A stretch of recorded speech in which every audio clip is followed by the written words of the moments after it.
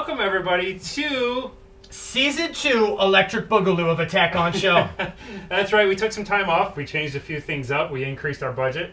By $4. Yes. Yeah. They were right here on these stickers. Right here. Yeah. By the way, we do have whiskey tumblers for sale if anyone's interested, along with t-shirts. T-shirts, $10. We'll ship them to you.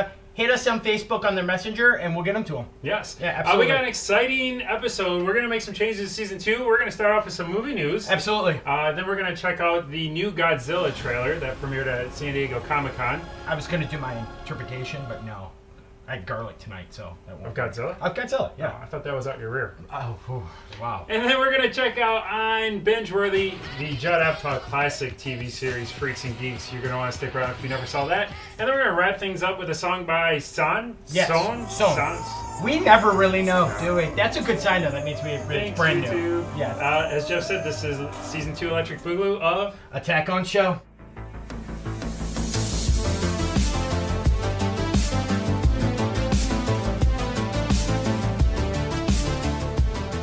Oh, was it? All right, so we'll kick things off. We got some exciting movie news. Absolutely. It seems like the Marvel Universe is wanting to compete with DC with all their shakeups in the James Gunn firing, possible rehiring, throwing out the script, possibly using his script. There's a lot going on right now with Guardians of the Galaxy 3 and James Gunn. I'm actually really surprised. I get what he did. What did he do exactly? There was texts that were made literally 10 years ago, long before this ever started. That could be Twitter. On Twitter. I'm sorry, not text. Twitter. That could be. I mean, even seeing some of them could be borderline. You know what? He's a young man. It was over 10 years ago. God, if we were all held to that, I mean... We wouldn't have a president. We wouldn't have a president. No, truthfully. But I do want to bring up the point. I will say Guardians of the Galaxy is probably one of my favorite or two Marvel movies out there. I thought it was a masterpiece when it came out. I was blown away with the comedy. The style was unique. But was 2 really all that good? Is it really that bad of a thing if we lose James Gunn in part 3? I think from Disney's standpoint, that's probably their thought, in all actuality. I mean, how many 3-movie groups, Star Wars, some of the greats really were never directed by... There was multiple directors through the same thing. You could have a different approach to many of them. If you look at... I watched Thor again today. If you watch Ragnarok... On acid. On acid. That I love that movie, and I love the style of it, and I really could see him jumping and taking Guardians of the Galaxy wannabe. So. Well, I think this is a whole nother segment, but when we talk about Marvel, Rob and I are very opinionated. I think it's a wonderful, wonderful thing. But I agree with you. I think when you go to the three, it doesn't have to be that way. I mean, Guardians of the Galaxy Volume 2, I didn't think lived up to the expectations. It turned into pixels by the end of the movie with Pac-Man fighting Kurt Russell. It got too far out there for me. It had its comedic timing, but it reused the same jokes. It reused the slow motion clips. It fell into the same trap that 22 Jump Street made fun of. Do the same thing. Everyone's happy. I think they could do for a fresh take on a part 3 is kind of where I'm sitting on this. I don't understand the uproar to lose James Gunn. I agree with that. I think part of the thing is, though, that is such a solid. And now, granted, everything for Marvel is. But Guardians of the Galaxy was such a solid for them that's really... Especially for the actors, because they are so comfortable in that setup. That's a tough break. Yeah. That's a tough change for them. And it seems like Kevin Feige for Marvel is actually fighting to get James Gunn rehired. It seems like Disney's putting up the fight. At least in public. Maybe they'll put Kathleen Kennedy in charge of it, and we'll all wish James Gunn was back. And then switching universes, we'll go back to DC and the back and forth with Ben Affleck and the Batman movie. It was released that he is producing the next Batman film. And, to plug our other segment, Movie Maniac Minute, I did throw in there that I do think no matter what, Ben Affleck's going to play Batman in the DC universe. I agree with you. I think they're going to do a flashback movie leading up to where he is now. So whether it be him at the beginning of the Batman and then it flashing back to build up to why he is the way he is, I really think that's where they're going. They have rolled out that it is not year one. DC's going to take a very comic approach to many of the movies they have coming out. On purpose. On purpose. No, absolutely, yes. On purpose. Meaning that you will get different realities of those different takes. You will get a different take, much like you have. It's looking like you could almost essentially have competing Jokers coming out here at this within the next. We are going to have the Joaquin Phoenix Joker, the Joaquin Phoenix Jared Leto. Why Jared Leto is also going to take on it, and we could have this argument. I think Jared Leto was a phenomenal Joker, but in the DC universe, there is 3 Jokers. There's, that has come out within the last year when it comes to the Batman stories, that through all this time, there's actually been 3 Jokers. So, again, there's these different universes. Anyone with played. a mustache, they just paint over Just instead paint of over. refusing to shave.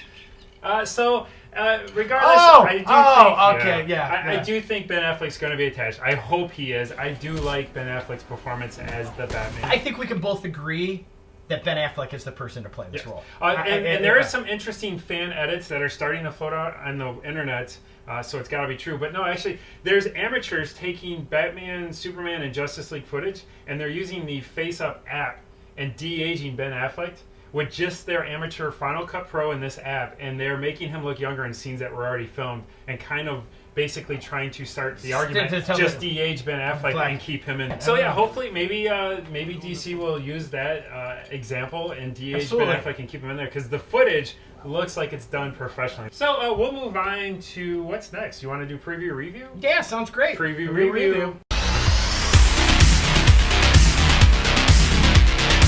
Back. It does feel good to be back. I was lonely without you. I was lonely without you. Paralysis. Preview review. We're back. There's a lot of exciting There's so trailers. much out there right now. Yes. We figure we're coming just post Comic-Con. Yeah, so we do have Michigan City Comic-Con coming up next week. We do. Big deal. I saw Michael Biehn got added. It's nice he still has a pulse.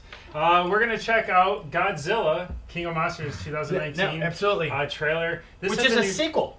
Yes, to what movie? Godzilla. Yeah. Cool. Yeah. Here we go. Godzilla. Our world is changing. The mass extinction we feared has already begun. No, Rob. Godzilla, not Stranger Things.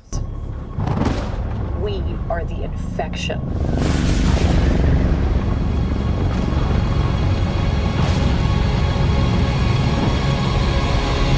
Now, if this were a Tom Cruise film, he could totally outrun that. But like all living organisms, the Earth unleashed a fever to fight this infection. Its original and rightful rulers, the Titans. Oh, it's Attack on Titan. It's Attack on Titan, yes. Or Teen Titans. These creatures have remained in hiding around the world. Kind of like me in child support. And unless all the Titans are found, our planet will perish, and so will we. They are the only guarantee. See, what, you gotta catch them all? What?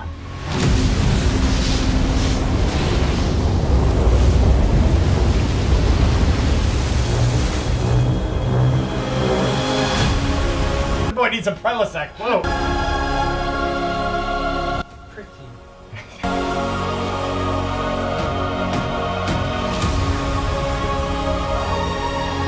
You are out of your goddamn mind. Coach! It's Coach! It's Coach, yes. But this is the only way.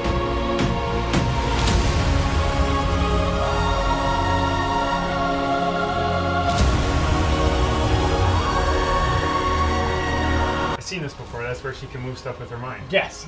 No, it starts the fire. So this is like a crossover film. This is, yeah.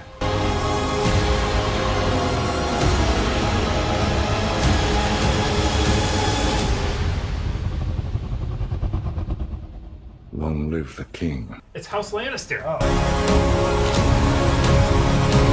Wait for it. I'm waiting. Is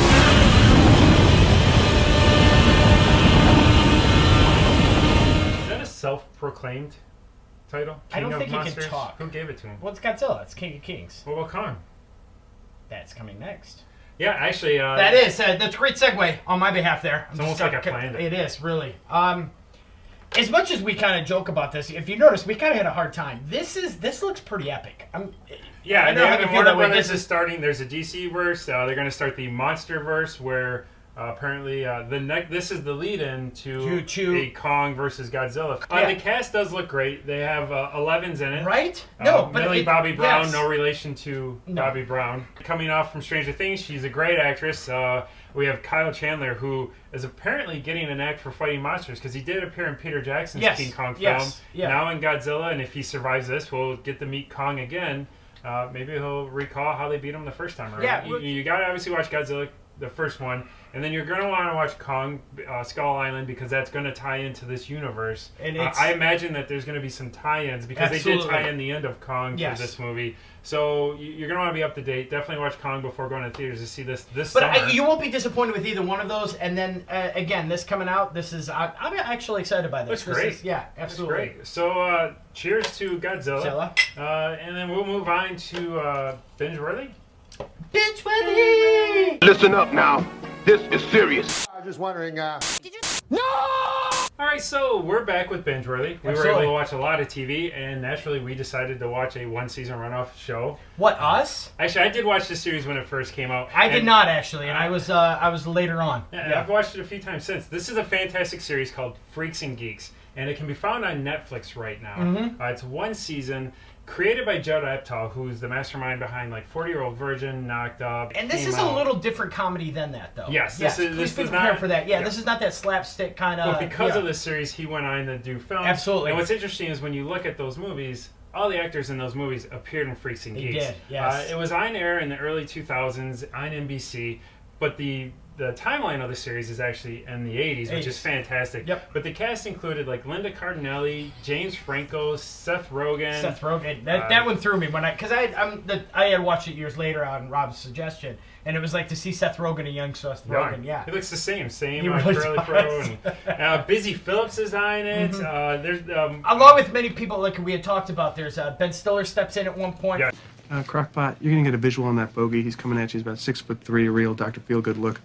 Check him out. Martin Starr, who pops up in the new Spider-Man movie. He's the triathlon teacher. So a lot of these characters you'll watch in the series, and they all grew up and now are just in movies everywhere. They all made it big, including Judd Apatow, who created the series. And Rob's saying that. I mean, we're not just exaggerating here. An incredible cast of characters of actors that comes through. And their acting was amazing in the series. It really showed on the show. On the surface, it looked like your typical teenage angst type series. But really, when you watch the series, they really give a true meaning of the families growing up in the 80s. And the parents have good character on the show. Great character, yeah. But it starts with Linda Cardinelli's kind of the main character.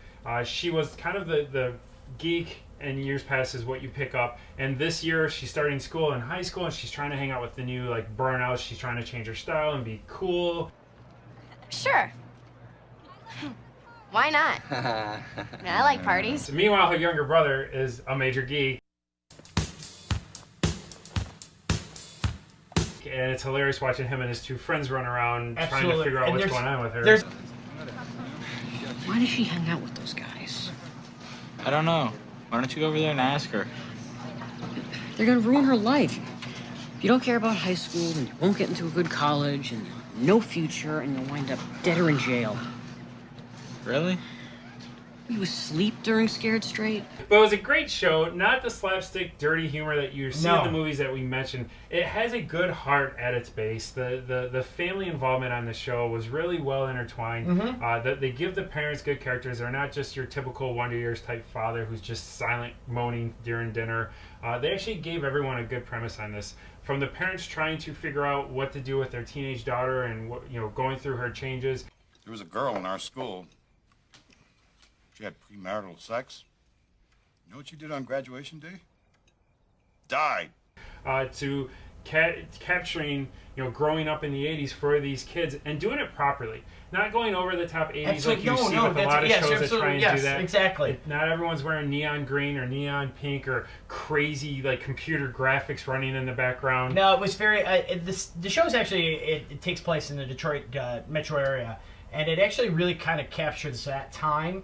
And again, a little grayer, a little darker, not necessarily like you said, the over-the-top, a realistic appearance of the 80s. A very realistic appearance of the 80s.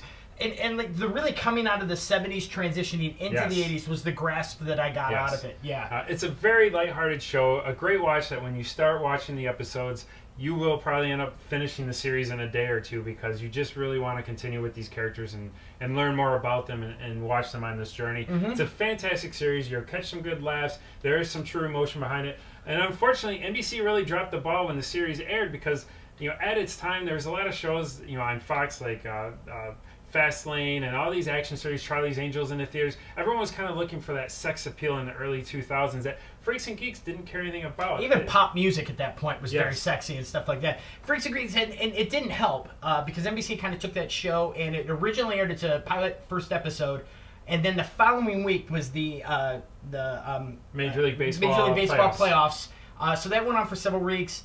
Then it came back for a couple of weeks, and then it got moved to Friday Nights to Die. And then by then it had lost its audience. It kind of killed it. And you said Friday's the graveyard for any TV show. Yeah. When you get moved to Fridays, just start watching something else. Yeah, unless you're on ABC. Why? What lasted? Well, back then during on ABC was the very family-oriented hour, and this was a little different than that America's show. America's Funniest Videos. Well, it started off with America's Funniest Videos, and then it went into TGIF. Thank you. Yes. But unfortunately, Freaks and Geeks did not last past its first season. NBC has come out and made statements later on stating that they did make a mistake on canceling the show, but.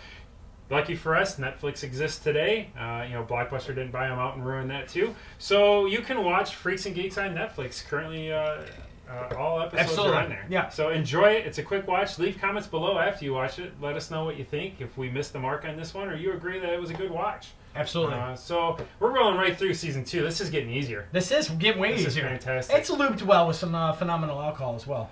This is great stuff. Attack on Show tumblers are on sale today, everybody. And you know why we're doing this? Do we have a price? No. Whatever you're willing to pay us. Really, I could almost do that, and then we'll charge you shipping, which is like $18. I'm just saying. We'll move on. Let's listen to some music to Sohn. I Miss My MTV.